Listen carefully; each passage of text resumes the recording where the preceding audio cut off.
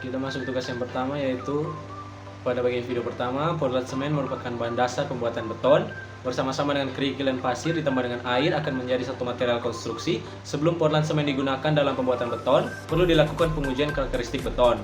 Kemudian yang kedua ada berat jenis fly ash, di mana untuk menentukan berat jenis fly ash dalam membuat mix desain campuran beton, di mana fly ash digunakan sebagai bahan pengganti semen dalam pembuatan beton dalam dunia konstruksi. Kemudian pada poin kehalusan semen, di mana untuk mendapatkan presentasi berat tertahan dan berat lolos yang merupakan kehalusan semen ini sangat mempengaruhi sifat mekanis dan kinerja beton seperti kekuatan kecepatan hidrasi dan ketahanan terhadap lingkungan sekitar. Selanjutnya ada poin kehalusan fly ash, di mana untuk mengetahui kehalusan fly ash yang digunakan dalam pembuatan beton, kehalusan fly ash sendiri sangat berpengaruh pada workability beton, ketahanan pada serangan kimia, dan kekuatan beton. Lalu pada poin kelima ada pH ash yang bertujuan untuk mengukur pH fly ash, di mana pH fly ash ini penting karena mempengaruhi reaksi pozolanik, kompatibilitas dengan material lain, dan dampaknya terhadap lingkungan. Yang keenam ada konsistensi normal semen, di mana berdasarkan MC 18798 bertujuan untuk mencari kebutuhan air minimum yang tepat agar bereaksi dengan semen. Konsistensi normal semen ini penting karena menentukan kualitas dan performa semen yang digunakan dalam campuran beton di dunia konstruksi. Kemudian pada topik setting time semen, di mana pengujian ini berdasarkan ISTMC 11 tahun 2019 bertujuan untuk mengetahui waktu yang diperlukan semen mengeras saat bereaksi dengan air sampai mengeras.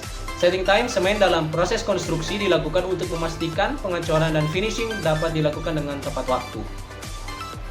Kemudian pada konsistensi normal binder, di mana untuk mendapatkan jumlah air minimum yang memerlukan binder agar binder tepat bereaksi.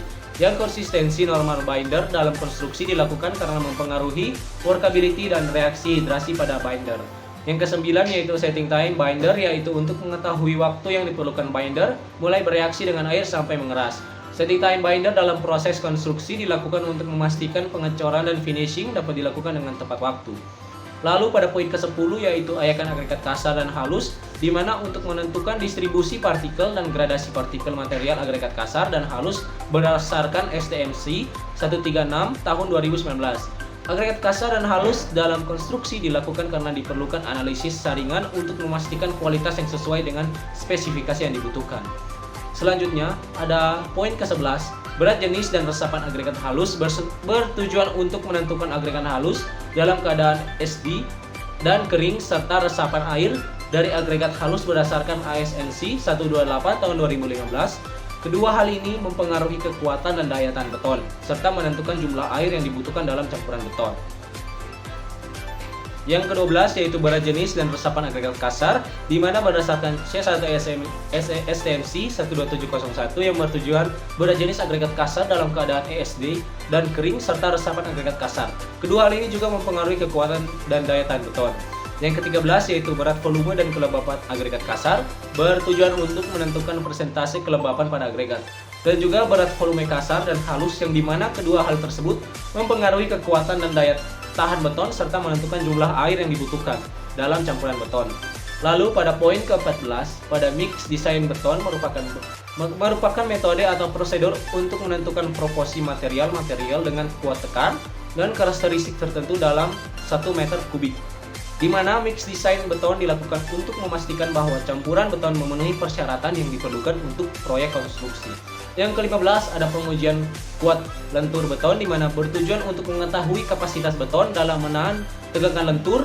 Pengujian tersebut dilakukan untuk menentukan ketahanan beton terhadap beban lentur, salah satunya untuk perkerasan jalan.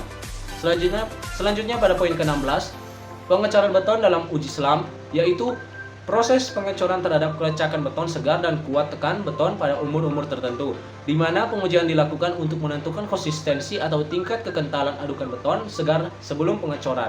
Yang ke-17, pengujian kuat tekan beton, di mana untuk mengetahui kapasitas beton dalam menahan beban aksial tekan. Pengujian dilakukan untuk menentukan kemampuan beton dalam menahan beban tekan dengan menggunakan sampel beton yang diambil dari struktur yang dibangun.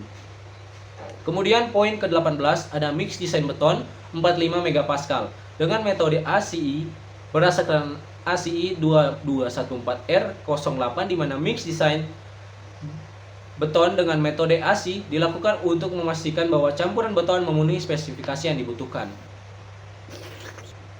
Kemudian pada poin ke-19, mix desain beton 25 MPa dengan metode DOE untuk menentukan proporsi material-material dengan kuat tekan dan karakteristik tertentu dengan mengikuti langkah-langkah yang ada, hasil campuran beton dapat memenuhi spesifikasi yang dibutuhkan.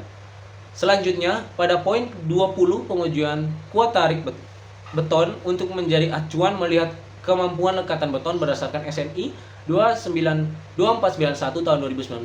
Pengujian ini dilakukan untuk mengevaluasi kualitas dan ketahanan struktur beton.